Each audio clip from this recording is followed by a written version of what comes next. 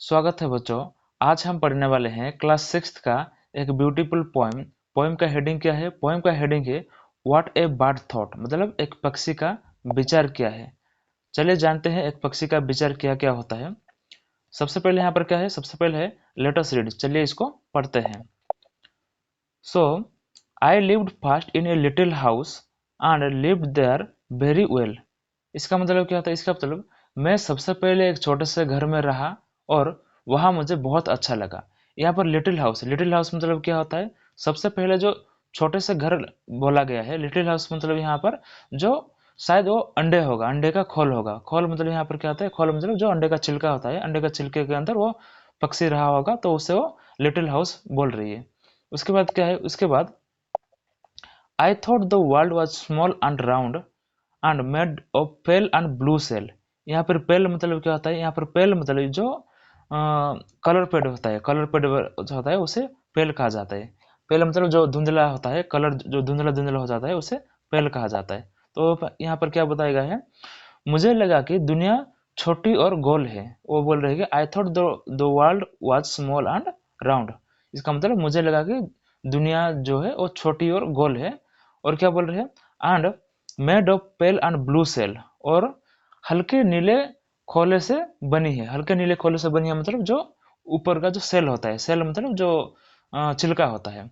मतलब क्या होता है? जब पक्षी अंडे के अंदर था तो उसे लगा कि पूरी जो दुनिया है वो क्या है? वो गोल है। अंडे के अंदर वो रहा तो उसे पूरी दुनिया जो है वो गोल लग रही है। उसके बाद क्या है? I live next in A nest nor needed any other. इसके बाद क्या बोल रहे हैं? फिर मैं एक छोटे से घोंसले में रहा। नेस्ट मतलब क्या होता है? नेस्ट मतलब यहाँ पर घोंसला होता है, घोंसला होता है। वो बोल रहे हैं कि फिर मैं एक छोटे से घोंसले में रहा और मुझे किसी और जगह की जरूरत ही नहीं थी।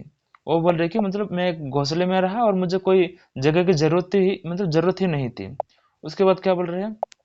वो क्या बोल रहे हैं? I thought the world was made up of straw and nestled by my mother. वो क्या बोल रहे हैं? वो बोल रहे हैं कि मुझे लगा कि दुनिया जो है वो तिनकों से बनी है। तिनकों मतलब जो होता है वो छोटे छोटे जो लकड़ी होता है वो उसको तिनका तिनका बोलते हैं। वो बोल रहे कि जो मुझे लगा कि जो दुनिया है, पूरी दुनिया है, वो किससे बनी है? वो छोटे छोटे तिनकों से बनी है। और उसमें मेरी माँ मुझे सहेज कर रखती है। मतलब सहेज कर मतलब वो मुझे अच्छे से रखती है। और क्या बोल रहे हैं? और बोल रहे हैं कि one day I floated from my nest to see what I could find. वो बोल रहे कि एक दिन मैं अपने घोंसले से फड़फड़ाते हुए बाहर निकला। यहाँ पर फ्लोटर मतलब क्या होता है? फ्लोटर मतलब फड़फड़ाते हुए। एक दिन क्या हो कि मैं घोंसले से बाहर निकला और बाहर निकल गया क्या देखिए? ये देखने के लिए मुझे क्या बाहर मिलता है। वो बोल रहे कि मतलब फड़फड़ाते हुए मतलब घोंसले से फड़फड़ाते हुए बाहर निकली और मतलब ये देखने के लिए कि वो बाहर मुझे क्या मिलता है। उसके बाद क्या है? I said the world is made of leaves I have been very blind. यहाँ पर ब्लाइंड मतलब क्या होता है? यहाँ पर ब्लाइंड मतलब अंधा नहीं होता है। ब्लाइंड मतलब यहाँ पर अनजान होता है।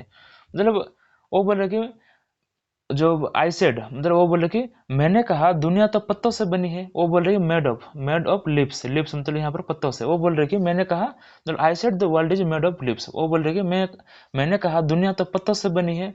I have been very blind मतलब वो बोल रहे कि यहाँ पर ब्लाइंड मतलब अंधा नहीं होता है, ब्लाइंड मतलब अनजान होता है। वो बोल रहे कि मैं तो इस बातों से अनजान था कि पहले तो वो अंडे के अंदर थी, अंडे के अंदर थी तो उसे क्या लग रहा था? उसे लग रहा था कि दुनिया जो है गोल है। लेकिन अंडे से जब बाहर आए तो वो एक घोंसले में रहने लगी। घोंसले में रहने लगी तो वो सोच रही कि जो पूरा जो घोंसला है वो किससे बनी है? वो बोल रही वो तिनका से बनी है, मतलब तिनकों से बनी है।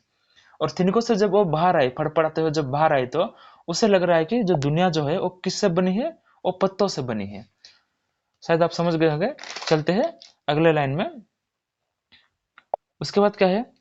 And length eye flu beyond the tree quite fit for grown up labour. उसके बाद बोल रहे कि इसके बाद क्या हुआ कि वो जो पक्षी बोल रहे कि धीरे धीरे मैं बड़ा हुआ और जैसे मतलब बड़ों जैसे काम करने लायक बन गया, ऐसा बोल रहे हैं। उसके बाद क्या है? उसके बाद है I don't know how the world is made and neither do my neighbours.